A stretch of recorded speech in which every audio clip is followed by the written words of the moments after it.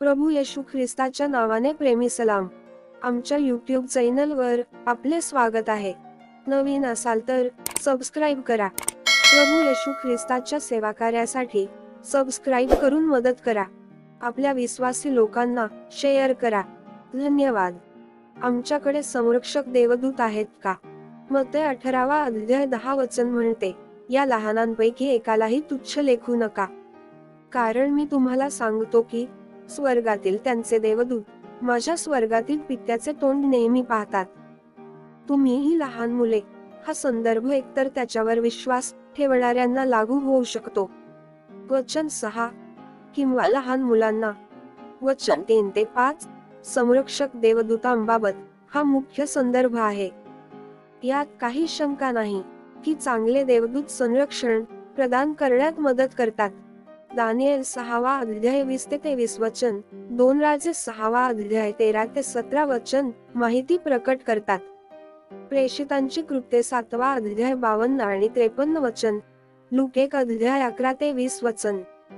मार्गदर्शन करण्यात मत्ते 1 अध्याय 20 आणि 21 वचन, प्रेषितांची कृत्ये 8 अध्याय 26 वचन, उत्पत्ती 21 अध्याय 17 ते 20 वचन, 1 राजे 19 अध्याय 5 ते 7 वचन. आणि सर्वसाधारणपणे सर्व विश्वासणाऱ्यांची सेवा करणे. इब्री 1 अध्याय 14 वचन, सहाय्य प्रदान करणे.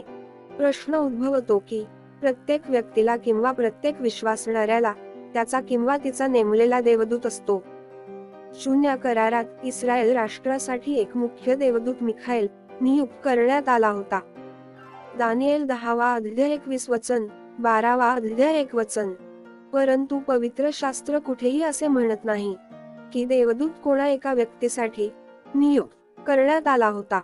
देवदूतांना पाठवले गेले आहे वैयक्तिक लोकांना अनेक वेळा, परंतु त्यांच्या कायमस्वरूपी नियुक्तीचा उल्लेख नाही.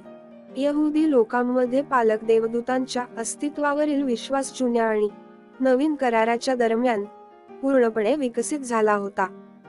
मंडळीच्या सुरुवातीच्या काही वडिलांचा असा विश्वास होता की प्रत्येक व्यक्तीला केवळ एक चांगला देवदूतच नियुक्त केला जात नाही, तर एक राक्षस देखील आहे.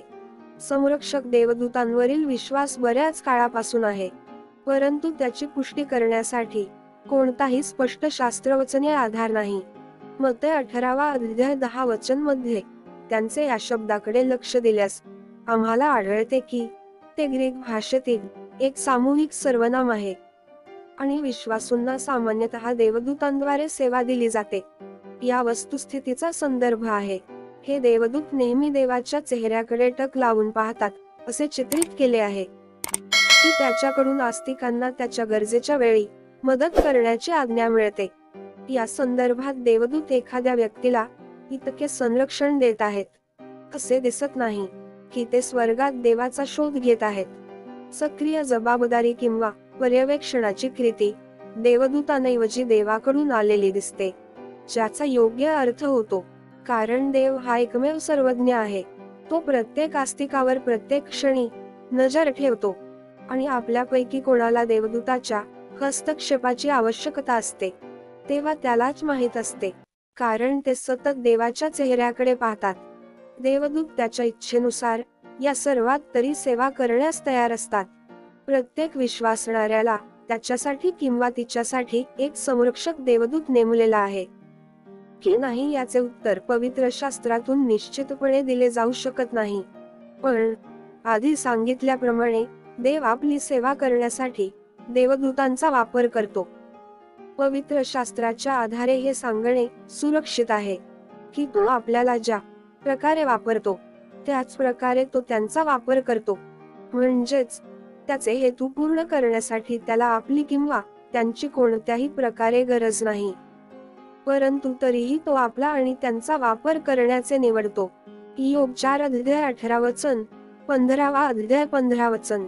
शेवटी एखाद्या देवदूताला आपले रक्षण करण्यासाठी नेमलेले असो वा नसो, आपल्याला देवाकडून खूप खात्री आहे. जर आपण ख्रिस्तावरील विश्वासाने त्याची मुले आहोत तर सर्व गोष्टी आपल्या भल्यासाठी एकत्र काम करतात. रोम 8 अध्याय 28 ते 30 वचन. आणि प्रभू येशू ख्रिस्त आपल्याला कधीही सोडणार नाही किंवा आपल्याला टाकणार नाही. इब्री 13वा अध्याय 5 आणि 6 वचन. आपल्याजवळ सर्वज्ञ, सर्वशक्तिमान आणि पूर्ण प्रेमळ देव आहे. हे लक्षात घेता आपल्याला नेमून दिलेला संरक्षक देवदूत आपले रक्षण करतो की नाही. आमेन.